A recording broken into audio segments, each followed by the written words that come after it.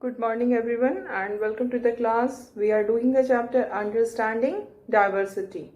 And in this chapter, we have discussed about Ladakh and Kerala. We have seen that both the regions of our country have very different weather conditions. Their geographical factors are completely different in both of these regions. Like Ladakh is a cold desert and it's a mountainous region, and we have seen that Kerala, it's a coastal region, and the atmosphere is the climate, we can say the weather of this area is not harsh because it is beside the sea.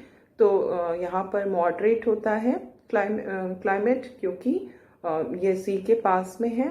तो not only this, we have also seen कि history has also great influence on these two regions. Like दोनों जगह पे हमने देखा कि जो traders हैं वो बहुत ही इम्पॉर्टेंट रोल प्ले किए हैं यहाँ के लाइफ को शेप करने में. जो कुछ भी आप आज हमें दिखता है in Ladakh and in Kerala, history has its contribution. जो ट्रेडर्स आते थे उन ट्रेडर्स से बहुत कुछ यहाँ पर चीज़ें जो आई वो परमानेंट फीचर बन गई. लाइक जो अरब ट्रेडर्स आए केरला में, they were responsible for bringing Islam in Kerala. Likewise, in Ladakh also, traders were responsible for Arab traders. It was very much a great attraction for traders. तो वहाँ भी हम देखते हैं कि जो डिफरेंट रिलीजन वहाँ पर आती है उसके लिए ट्रेडर्स रिस्पॉन्सिबल हैं. तो हिस्ट्री का इन्फ्लुएंस दिखता है हमें. चाइना का इन्फ्लुएंस केरला में भी नज़र आता है, जहाँ हम देखते हैं कि यहाँ के नेट को कहा जाता है चीना वाला. Then the frying pan is called cheena chatti. तो कहीं ना कहीं केरल का जो रिलेशन है वो चाइना से भी है. एंड हमने we have discussed about Ladakh also. Ladakh is also having some influence of China. Ladakh का influence तिब्बत पे हुआ, वहाँ पर बुद्धिज्म spread किया. तो these are the historical factor. Other than this, geographical factors are there. Because of geography, we see animal rearing is the most important function people do there in order to earn their livelihood. And in that we have seen how Pasmina wool and Pasmina shawl is important for the people living in this place. And in Kerala, the geographical conditions are such कि it is very much suitable for the crop of paddy. और यहाँ पर paddy की खेती होती है. Then spices की cultivation के लिए भी ये पूरी दुनिया में फेमस है. And this is not for today, it is famous for the cultivation of spices from the very early period, from ancient time, and that is the reason कि traders used to come to this place. तो अगर हम देखें कि Ladakh is famous for Pasmina wool and Kerala is famous for spices in the whole world from the ancient time. तो इस तरह से traders के लिए ये बहुत ही important centers दोनों के दोनों रहे हैं. और हम देखते हैं कि history and geography both have their role in determining the culture of a region. एक रीजन, एक पर्टिकुलर रीजन का क्या कल्चर होता है, वो कल्चर को इम्पैक्ट करने वाले जो फैक्टर्स हैं वो जियोग्राफिकल फैक्टर्स हैं, वो हिस्टोरिकल फैक्टर्स हैं, जो कि हमने अभी जस्ट लद्दाख और केरल के बारे में देखा. इन द सिमिलर वे, किसी भी रीजन का जो भी कल्चर डेवलप होता है, that is not, culture is not developed in vacuum, है ना. कोई ऐसा नहीं कि यहाँ का कल्चर ऐसा ही होता है. क्या रीजन है? There is reason behind the culture. क्यों ऐसा कल्चर वहाँ डेवलप हुआ? There are some geographical reasons, there are some historical reasons. Because of these reasons, a particular type of culture is developed in a particular region. So this is the about diversity. Why so much diversity is found in India? Because we have different geographical features in different parts of the country. और geographical feature अलग होने के साथ साथ history भी हमारी बहुत ही different रही है. कई सारे बाहर से लोग आए, दे केम एज इन्वेडर्स, है ना. हमारी कंट्री पे इन्वेड करने के लिए आए, बट वो यहीं सेटल कर गए। तो जब वो बाहर से लोग आकर के यहीं पर सेटल कर जाएंगे तो क्या होता है, इंटरमिक्सिंग ऑफ कल्चर, है ना। We have discussed intermixing of culture किस तरह से होता है। बाहर से लोग आए, वो अपने साथ कुछ कल्चर लेकर आए, कल्चर अपने ओरिजिनल कल्चर के एलिमेंट्स को भी वो मेंटेन करते हैं, and they also adopt new elements of new culture, और इस तरह से एक तीसरा नया कल्चर आता है। तो this is the reason why our country has diversity, why we are such a diverse country. And now one more thing you must know, that this process of diversity about which we are talking कि history influence करती है, geography influence करती है, and in this way the culture of a country of a region is shaped. तो it's not कि एक बार जो culture बन गया किसी region का वो वैसा ही रहता है। Actually what we find कि ये जो diversity की चीज़ें हम देख रहे हैं, it's an ongoing process, ये अभी भी चल रहा है। At present also we are moving from one place to another for various reasons. We are settling down at new places, and when we settle down at new places we adopt many new things, we maintain many older things. तो ये जो process है it is going on. ऐसी बात नहीं है कि हमारी एक डाइवर्सिटी जो थी वो एक समय एंशियंट टाइम का जो इम्पैक्ट था उससे वो डाइवर्सिटी आई और अब वो वहीं पर रुक गई, नहीं, इट्स गोइंग ऑन, ये अभी भी चल रहा है, the process is going on. अभी भी हम इस चीज़ को फील करते हैं, लाइक आई टोल्ड यू ना कि जैसे वेस्ट का नॉर्थ ईस्ट की जो फूड आइटम है momo, when momo came to North India, it became fried momo, because North India में फ्राइड चीज़ें लोग प्रेफर करते हैं।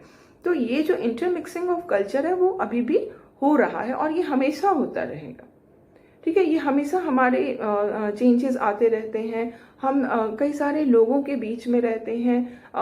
Many times we live within people who are very different from us, they are talking different language, they are practicing different religion, so we borrow some elements from their religion, from their culture, from their language, and we adopt it in our own life. तो इस तरह से ये जो changes हैं वो हमेशा होते रहते हैं, ये कभी रुकता नहीं है ना। एंड दिस इज अबाउट कैसे डाइवर्सिटी होती है, क्यों डाइवर्सिटी है हमारी कंट्री में इतनी ज़्यादा। तो वी ऑल आर नोइंग कि diversity is there in our country, but at the same time we are all united, है ना। हम डाइवर्स हैं, हमारी लैंग्वेज, कल्चर, रिलीजन, प्रैक्टिसेस, सब बहुत ज़्यादा डाइवर्सिटी हमारे साथ पास है, लेकिन इस डाइवर्सिटी के अंदर भी we all are one, we all are Indian. So this is called unity in diversity, and this is the strength of our country. We are diverse. हमारे यहाँ डाइवर्सिटी है, लेकिन ये डाइवर्सिटी हमें डिवाइड नहीं करती है, बट ये डाइवर्सिटी के बावजूद we all are one, and this is we call unity in diversity.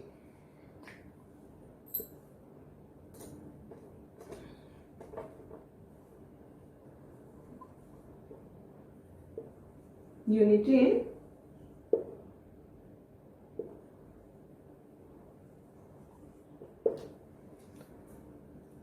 diversity.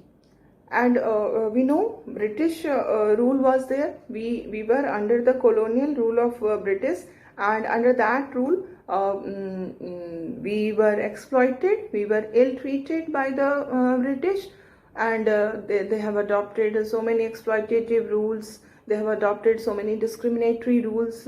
तो ये जो उनका रूल था उसके अगेंस्ट क्या हुआ, हम लोगों ने एक लड़ाई लड़ी, है ना। We have fought a struggle against this colonial rule, और ये जो हमने कॉलोनियल रूल के अगेंस्ट जो हमने लड़ाई लड़ी, क्या वो लड़ाई सभी different community, different religion, different language बोलने वाले लोगों ने अलग अलग लड़ी? नहीं, we all fought against this British colonial rule as a single unit. हम सब ने मिलकर एक साथ उनको अपोज किया। हम सब ने मिलकर अपनी लड़ाई लड़ी, हम सब ने मिलकर फ्रीडम मूवमेंट को जो स्टार्ट किया और उसको एक सही जगह पे पहुंचाया, हम उसमें जीते। हमारा जो फ्रीडम मूवमेंट था उसमें हम लोगों की जीत हुई। हालांकि we have to sacrifice a lot of lives, है ना, बहुत सारे लोगों की जान गई इसमें, लेकिन फिर भी ultimately we were the winner. तो ये कैसे हम विन कर पाए, how we became winner, because we were United.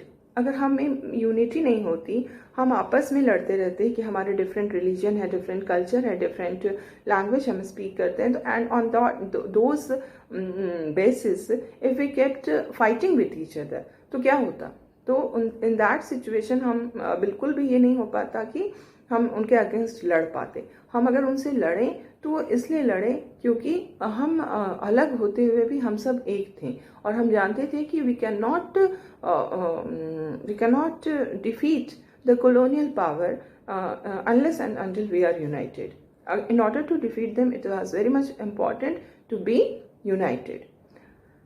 So जो भी movements हुए, like you must have heard the name of non-cooperation movement हुआ, then civil disobedience movement हुआ, then quit India movement हुआ, है ना। ये सारे movements जो हुए उसमें पूरी की पूरी कंट्री के सारे लोगों ने साथ में पार्टिसिपेट किया। ऐसा नहीं कि कोई मूवमेंट जो था वो हिंदूज का मूवमेंट था या कोई मूवमेंट मुस्लिम्स का मूवमेंट था, सभी ने साथ में मिलकर के लड़ाई किया। और बहुत वो ब्रूटली सप्रेस करते थे। जो ब्रिटिश थे ना, वो हमारे फ्रीडम मूवमेंट को, जब लोग फ्रीडम के लिए प्रोटेस्ट करते थे, तरह तरह के अपने एक्टिविटीज़ करते थे, स्लोगन्स आउट्स करते थे, तो उनको बहुत ही ब्रूटली सप्रेस किया जाता था, उनको जेल में डाल दिया जाता था, है ना। तो इस तरह से बहुत सारे तरीके से उनको सप्रेस किया जाता था। ब्रिटिश जो थे वो चाहते थे कि किसी भी तरह से ये जो लोगों का मूवमेंट है उसको बंद कर दिया जाए, और इसके लिए वो बहुत ही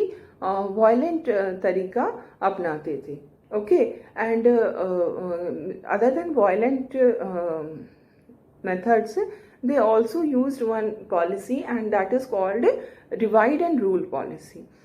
British were knowing that India is a country of diversity. The people belonging to different religion, belonging to different linguistic communities are living together, but they were very वो इस बात में काफ़ी उनकी डिप्लोमेसी होती थी कि वो ऐसे कुछ रूल्स बनाते थे, कुछ ऐसे लॉज बनाते थे जिससे कि जो डिफरेंट कम्युनिटीज़ के लोग हैं वो बट जाएं, है ना। वो चाहते थे कि इंडिया के जो लोग हैं वो आपस में डिवाइडेड रहें, एक दूसरे के साथ नहीं हो। और जब हम आपस में डिवाइडेड रहेंगे, एक दूसरे से हम मिलके नहीं साथ चलेंगे, तो क्या होंगे, वी विल बिकम वीक, है ना। United we stand, you must have heard ना, कि जब हम साथ होते हैं तो हम बहुत स्ट्रांग होते हैं, जब बहुत लोग साथ होते हैं तो। और जब हम अलग अलग हो जाते हैं तो हम क्या हो जाते हैं, we become weak.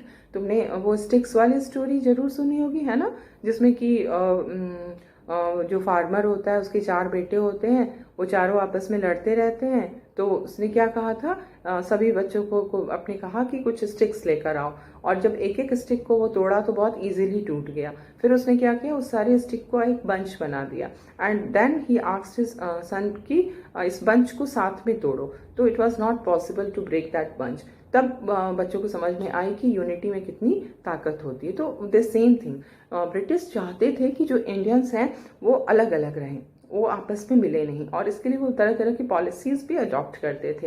And but we have very much aware of this policy of British, कि किस तरह से वो डिवाइड एंड रूल की पॉलिसी अडॉप्ट करते हैं। And we were very much united in our battle against the British. हम जानते थे कि अगर ब्रिटिश को हमें हराना है, अपने देश से भगाना है, तो उसके लिए हमें क्या ज़रूरी है, उसके लिए ये बहुत ज़्यादा इम्पॉर्टेंट है कि हम लोग साथ मिलकर ये लड़ाई लड़ें। और हमने ये किया, we have did this, we have done this, हमने साथ मिलकर लड़ा ब्रिटिश के against, and we became victorious, we were successful in removing British rule from our country, है ना। 1947 15 अगस्त को हम इंडिपेंडेंट कंट्री बन जाते हैं। That is the great achievement of the people of the India, because ये जो लड़ाई हम लड़ रहे थे वो लोगों की लड़ाई थी, है ना। हम आम जनता, जिसको हम कॉमन पीपल कहते हैं, they were fighting against the British rule, ठीक है। लेकिन यहाँ पर हमको जो लीडरशिप मिला वो किससे मिला, वो हमारी कांग्रेस पार्टी थी जिसने हमें लीडरशिप दिया था। तो कांग्रेस की लीडरशिप में लोगों ने ब्रिटिश रूल के अगेंस्ट लड़ा, बहुत मिलकर लड़ा, यूनाइटेड होकर लड़ा, and that is why we became successful. Okay, and in this regard there is a song. Okay, this song was sung after the Jallianwala Bagh massacre. Jallianwala Bagh massacre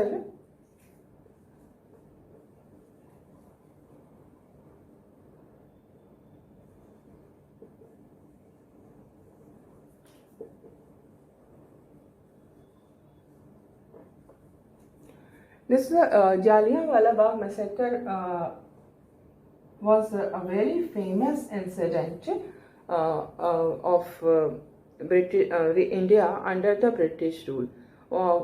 What we find, what happened in this massacre, it happened in Amritsar. Okay, Jallianwala Bagh is there in Amritsar, and Amritsar में क्या हुआ था उस समय. So this Jallianwala Bagh massacre, it happened on 13th April 1919. Okay, actually क्या हुआ था ना कि 1919 में ही गवर्नमेंट ऑफ जो ब्रिटिश गवर्नमेंट थी, जिनका रूल था इंडिया पे, उन्होंने एक नया एक्ट बनाया था. एक्ट क्या होता है? कानून, है ना. एक नया कानून बनाया था जिसको हम कहते हैं रॉलेट एक्ट. और ये जो रॉलेट एक्ट बनाया था ब्रिटिश गवर्नमेंट ने, वो बहुत ही गलत रूल था हमारे लिए, इंडियंस के लिए वो रूल बिल्कुल सही नहीं था, ठीक है. तो क्या हो रहा था ना कि पूरी कंट्री में रॉलेट एक्ट के अगेंस्ट प्रोटेस्ट हो रहा था कि ये जो रॉलेट एक्ट है इसको वापस लिया जाए, ये रूल सही नहीं है, ये लॉ जो बना है that is not good law, that is not good for Indians. तो इंडियंस जो थे वो उसका प्रोटेस्ट कर रहे थे. और इसी प्रोटेस्ट में क्या हुआ था कि ब्रिटिश गवर्नमेंट क्या करती थी, जब लोग प्रोटेस्ट करते थे तो वो उसको सप्रेस करती थी कि कैसे प्रोटेस्ट को ख़त्म किया जाए, है ना. तो सप्रेस जो कर रही थी, तो उसमें ब्रिटिश गवर्नमेंट ने क्या किया था कि मार्शल लॉ लगा दिया था. मार्शल लॉ क्या होता है? जैसे मार्शल लॉ जब होता है, लगता है ना, तो लोगों का मूवमेंट वहाँ पर नहीं होना चाहिए. जैसे कर्फ्यू लगती है ना, कर्फ्यू में हम घर से बाहर नहीं निकल सकते, तो उसी तरह का मार्शल लॉ होता है. तो अमृतसर में मार्शल लॉ लगा हुआ था. बट आज के समय के जैसा तो उस समय नहीं होता था ना कि न्यूज़पेपर आ रहे हैं, बिल्कुल सभी तरफ न्यूज़ पता है लोगों को. हम तो अभी मोबाइल में न्यूज़ देखते हैं, टीवी में न्यूज़ आती है, ब्रेकिंग न्यूज़ आती रहती है, तो तुरंत जो कुछ भी होता है तुरंत हमें पता चल जाता है ना. उस समय क्या था कि इतना एडवांस तो कुछ भी नहीं था, है ना. तो लोगों को पता नहीं था कि मार्शल लॉ लगा हुआ है, ठीक है. और इस कारण से क्या हुआ कि 13 अप्रैल क्या होती है, एक फेस्टिवल होता है. Do you remember? The festival is Baisakhi, जिसको हम लोहड़ी भी कहते हैं. पंजाब में ये बहुत, पूरी कंट्री में मनाया जाता है, बट पंजाब में ये बहुत बैसाखी का, no it's not Lohri, Baisakhi. 13 अप्रैल को बैसाखी का फेस्टिवल मनाते हैं पंजाब में, है ना. तो उसी फेस्टिवल को सेलिब्रेट करने के लिए लोग जमा हुए थे इस जालियांवाला बाग में, ठीक है. और वो पीसफुली अपना उनका सेलिब्रेशन चल रहा था. और उसी में क्या होता है कि जो ब्रिटिश जनरल होते हैं, ओडायर, ठीक है, जनरल का नाम था ओडायर, उन्होंने क्या किया कि उन्होंने जो पीसफुल लोगों का ग्रुप था उस पर उन्होंने गोलियां चलवा दी आर्मी से. तो क्योंकि मार्शल लॉ लगा हुआ था and it was not allowed to assemble. Assembly of people were not allowed under the martial law, but people were assembled there because they were not knowing, and they assembled for the purpose of festival, है ना. और इस पे क्या हुआ कि उन्होंने सीधे गोली चलवा दी. और वहाँ से निकलने का जो रास्ता था वो एक ही रास्ता था और वो बंद था, तो लोग निकल नहीं सके. और उसी में बहुत सारे लोगों की जान चली गई. और बहुत सारे लोग, वहाँ पर एक वेल भी था, उसमें कूद के वो जान उन्होंने दे दी. तो इस तरह की जो, इसी को हम कहते हैं मैसैकर, है ना. जब इतने सारे बड़े लार्ज स्केल पे लोगों को मारा जाता है, दैट इज कॉल्ड मैसैकर. तो ये जो जालियांवाला बाग मैसेकर हुआ वो बहुत ही ज़्यादा मतलब पेनफुल था। आज भी हम उसको याद करते हैं तो हमारे लिए वो एक बहुत ही पेनफुल एक्सपीरियंस था। यू कैन जस्ट इमेजिन कि लोग असेंबल हुए हैं फेस्टिवल सेलिब्रेट करने के लिए, लोग असेंबल हुए हैं पीसफुली, वो सब कुछ कर रहे हैं और उन पे गोलियां चला दी जाती है ना। तो ये जो हुआ इससे क्या हुआ कि बहुत ज़्यादा लोगों में गुस्सा आया, डिससेटिस्फैक्शन और बढ़ गया ब्रिटिश गवर्नमेंट के अगेंस्ट की ऐसे पीसफुल लोगों पे आप गोलियां चलवा रहे हो। तो बहुत ज़्यादा डिससेटिस्फैक्शन बढ़ गया। और इसी कॉन्टेक्स्ट में एक पोएम है जो it is given in your book and the poem is really beautiful. The poem is about the people who sacrificed their life for the country, and it's particularly about the Jallianwala Bagh massacre. The poem is, "Don't forget the days of blood, oh friend. In the midst of your happiness, remember to shed a tear for us." ये suppose करो कि वो उन लोगों ने ये poem लिखा है जिनकी जान वहाँ पर गई जालियांवाला बाग में, जो गोलियों के शिकार हुए जो लोग थे, है ना, जो अब हमारे बीच नहीं हैं, वो कह रहे हैं क्या कि वो जो ब्लड शेड हुआ उस दिन 13 अप्रैल 1919 को जो ब्लड शेड हुआ उसको तुम भूलना मत। तुम आज खुश हो, क्यों खुश हो? क्योंकि you are an independent country, you are living in an independent country, so you are very happy. But when you are happy you must not forget to shed a tear for us, क्योंकि हम उस independence को हम enjoy नहीं कर पाए और उसी इंडिपेंडेंस के लिए हमने अपनी लाइफ को सैक्रिफाइस किया. ठीक है, so don't forget to shed a tear for us. The hunter has torn away every single flower. जैसे कि वो हंटर थे जो कि जालियांवाला बाग में जो आर्मी थी जिन्होंने गोलियां चलाई, दे वर जस्ट लाइक हंटर्स. और ये जो हंटर्स थे उन्होंने हर एक फ्लावर को खत्म कर दिया, हर एक इंसान जो वहां पर था उन सबको उन्होंने मार डाला. तो the hunter has torn away every single flower. Do plant a flower in the desert garden, dear friend. So in memory of those people who have been killed in the Jallianwala Bagh massacre, you must plant a flower in the desert garden. जो आज desert बन चुका है जालियांवाला बाग, बिल्कुल जहाँ पर कुछ भी नहीं है, कोई ग्रीनरी नहीं है, सब खत्म हो चुका है. आप उसमें एक प्लांट ग्रो करिए, एक फ्लावर प्लांट करिए ताकि वो वहाँ पर हमें हमारी याद को रखा जा सके. आप हमें याद करिए उन फ्लावर्स के थ्रू. ठीक है. Having fallen to bullets which slept in Jallianwala Bagh.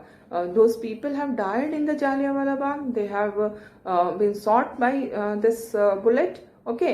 And do light a lamp on this lovely grave. वहाँ पे उनकी grave है. तो the people are saying who are not who have who are the victim of this Jallianwala Bagh massacre, they are saying कि light a lamp on this lonely grave. ये जो grave यहाँ बन चुका है उस पे एक lamp light करो. Okay. The blood of Hindus and Muslims flows together today. तो उस समय जो गोलियां चली लोगों पर, तो वो गोली सबको लगी. ऐसा नहीं कि वो सिर्फ हिंदू को गोली मारा गया या सिर्फ मुस्लिम को गोली मारा गया, वो हर कोई उसमें मरा. तो ये क्या है कि it is showing the unity.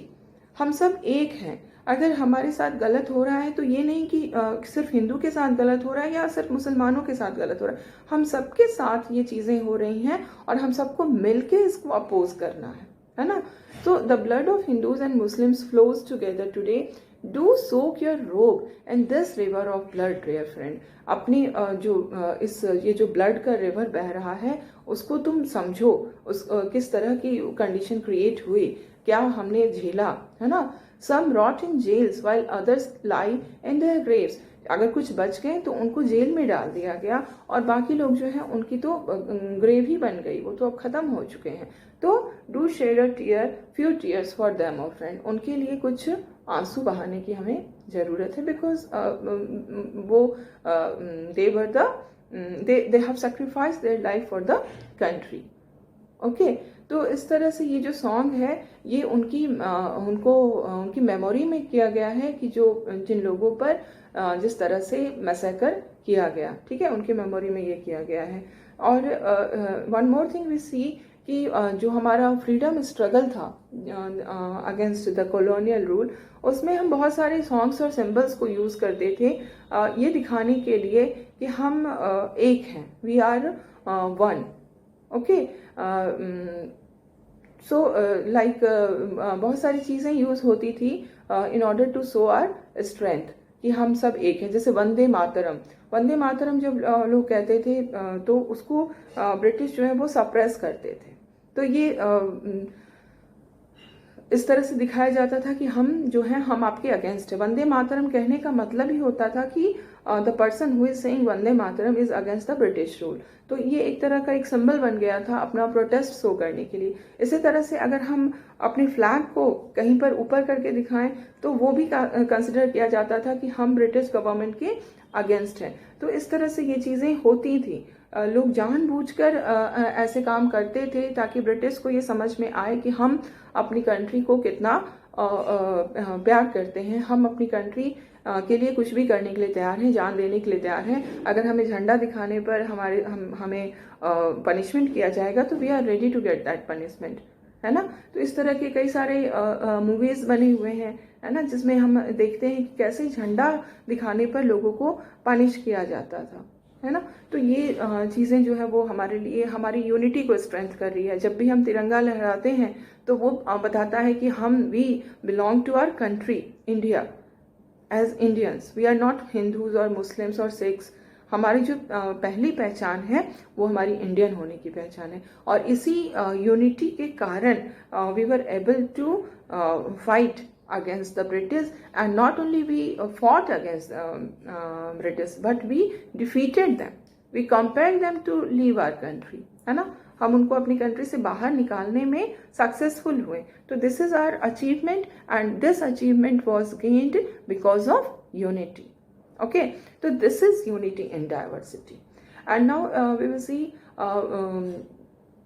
about something about our first prime minister Pandit Jawaharlal Nehru. Pandit Jawaharlal Nehru has written a book, Discovery of India. Okay, this book is a very famous book, and in this book first he coined this term unity in diversity. जो हम अब कह रहे हैं ना अभी unity in diversity, ये term पहली बार पंडित नेहरू ने ही अपनी बुक डिस्कवरी ऑफ इंडिया में यूज किया था।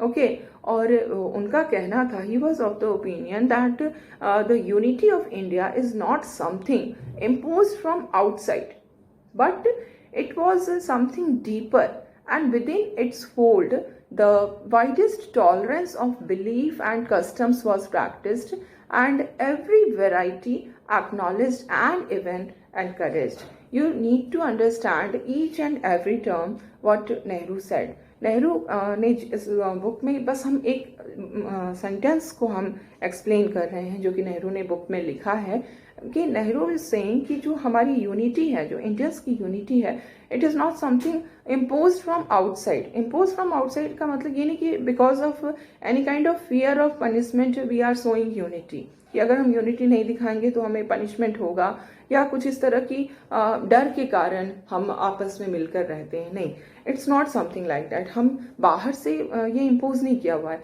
बल्कि हम अपने दिल से we are very much one from inside. हम सब एक हैं और ये हमारे जो सोच है वो हमारे अंदर की सोच है। ये नहीं कि हम किसी तरह के डर से हम ये सोचते हैं कि हम सब एक हैं, but we think we are one because we think it is from we think it from the within, अंदर से हम ये सोचते हैं, ठीक है।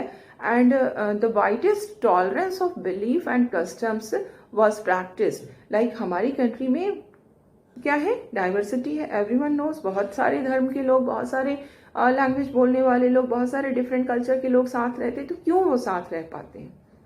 क्योंकि हमारे अंदर टॉलरेंस है। सपोज करो कि जब दो डिफरेंट कम्युनिटी के लोग रह रहे हैं और दोनों एक दूसरे के प्रैक्टिसेस को नापसंद करते हैं कि अरे दूसरे कम्युनिटी वाले ऐसे करते हैं, मुझे उनका काम नहीं अच्छा लगता, उनको ऐसे नहीं करना चाहिए, वो दूसरे कम्युनिटी वाले हमारे बारे में ऐसे कहेंगे, नतीजा क्या होगा, what will be the result, हम आपस में लड़ेंगे।